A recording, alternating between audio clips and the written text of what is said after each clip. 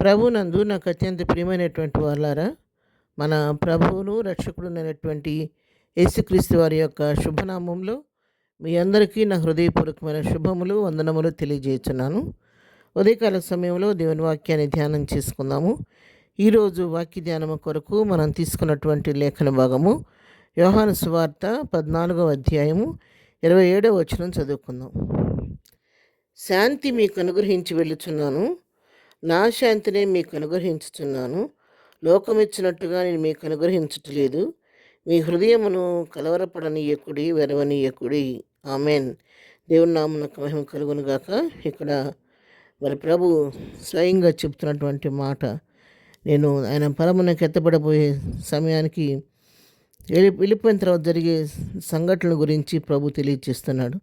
నేను తండ్రి దగ్గరికి వెళ్ళిపోతాను, నేను వెళ్ళేటప్పుడు మిమ్మల్ని అనాథలుగా విడిచిపెట్టను, కానీ నా శాంతిని మీకు అనుగ్రహించి వెళ్తాను. మరి నా శాంతినే మీకు అనుగ్రహిస్తున్నాను.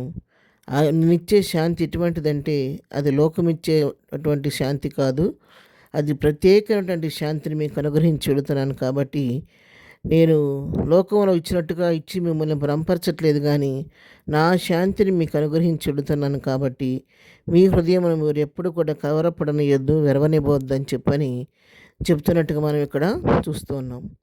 మరి ప్రభు ఆయన ఇచ్చినటువంటి శాంతి ఎంతో అది ప్రత్యేకమైనది. ఈ లోకంలో కొన్ని శాంతి అనే పదం ఉపయోగిస్తాం, కానీ మనుషులు ఇచ్చే శాంతి, సమాధానము అది ఎంతవరకు అంటే అది కొంతవరకే ఉంటుంది. కానీ ప్రభు ఇచ్చే శాంతి, సమాధానం అది ప్రత్యేకమైనటువంటి రీతిలో ఉంటుంది.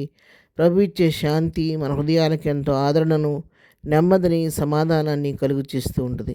ఎందుకంటే ఆయన శాంతి ప్రదాత, సమాధానకర్త. కాబట్టి ఆయన అనుగ్రహించే శాంతి మన హృదయాలను ఎంతగానో ఆదరించి తెప్పరిల్లు చేస్తూ ఉంటుంది.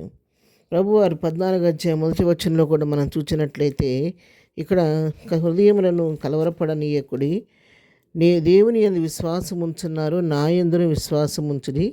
నా తండ్రి ఇంటి అనేక నివాసములు కలవు, లేని యెడల మీతో చెప్పుదును. మీకు స్థలం సిద్ధపరిచి వెళుచున్నాను. నేను వెళ్ళి మీకు స్థలం సిద్ధపరిచిన యెడల నేనుండు స్థలంలో మీరును ఉండులాగన మరలా వచ్చిన యొద్దనుంటకు మిమ్మను తీసుకొని పోదును. ఇక్కడేం చెప్తున్నాడు? హృదయాలను కలవరపడనీయొద్దు. నేను దేవుని యందు మీరు విశ్వసిస్తున్నారు కదా, నా యందు కూడా విశ్వాసం ఉంచండి మీరు. నేను వెళ్ళి నా తండ్రి ఇంటి అనేకమైన నివాసములు ఉన్నవి, ఆ నివాసములు ఒకవేళ లేకపోతే నేను విషయం మీకు చెప్తాను, ఉన్నాయి. మీకు స్థలం సిద్ధపరచడానికి నేను వెళుతున్నాను. ఎందుకు వెళుతున్నాను తెలుసా? ఈ శాంతిని మీకు ఇచ్చి మీ కొరకు పరమందు స్థలం సిద్ధపరచడానికి నేను వెళుతున్నాను. నేను వెళ్ళి అక్కడ మీ కొరకు స్థలం సిద్ధపరిచిన తర్వాత నేను మరలా మీకోసం నేను వస్తాను. నేనుండే స్థలములో మీరును ఉండులాగన మరి మరలా వచ్చి ఎదురు ఉంటాను, నేను తీసుకొని పోతాను అని తెలియచేస్తున్నట్టుగా మనం చూస్తూ ఉన్నాం. మన ప్రభువు రక్షకుడు ఈ లోకానికి వచ్చి రక్షణ కార్యం జరిగించి శిలువ మరణం ద్వారా మీకు నాకు పాప విమోచన, శాప విమోచన కలుగు చేసిన దేవుడు, పునరుద్ధానుడే మరణాన్ని జయించి మృత్యుంజయుడిగా పరమునకు ఎత్తమైన దేవుడు, ఆయన ఈ రీతిగా ఆరోహణమయ్యాడు, తిరిగి ఒక దినాన్ని మళ్ళీ వస్తానని చెప్పి వెళ్ళాడు.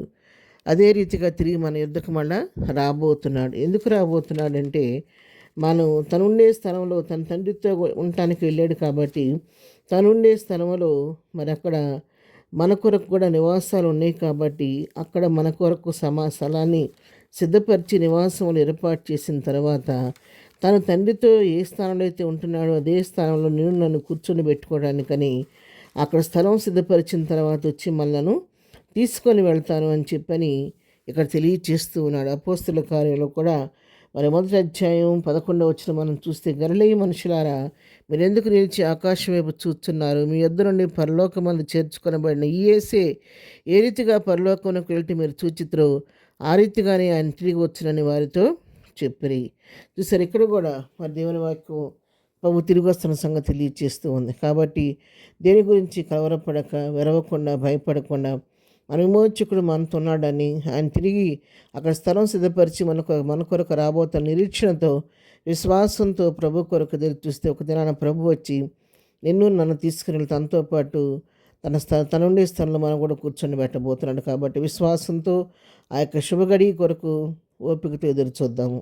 ప్రార్థన. ప్రేమగలిగిన తండ్రి, పరిశుద్ధురాని పాదములకు వందనాలు.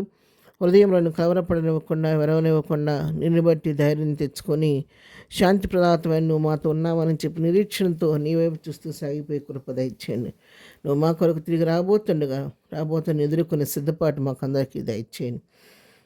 ఈ దినం మేము చే పని పాటలో తోడుగా ఉండండి, రాకపోకలో తోడుగా ఉండండి. దినం బర్త్డే మ్యారేజ్ చేసుకున్న బిడ్డలను దీవించి ఆశీర్వదించండి, బలహీనముడు స్వస్థపరచండి, దుఃఖంలో ఓదార్చండి, సమస్యలను విడిపించండి, చదువుకునే బిడ్డలకు మంచి జ్ఞానం అనుగ్రహించండి, ఎగ్జామ్స్ రాసిన బిడ్డలకు మంచి విజయం దయచేయమని, ఈ దినదీవులతో నింపు నడిపించమని యేసునామములో ప్రార్థించి అడిగి పొందుకొని ఉన్నాము తండ్రి, ఆమెన్. ప్రభు కృప సదాకాలం మనందరికీ తోడే నడిపించును గాక. ఆమెన్.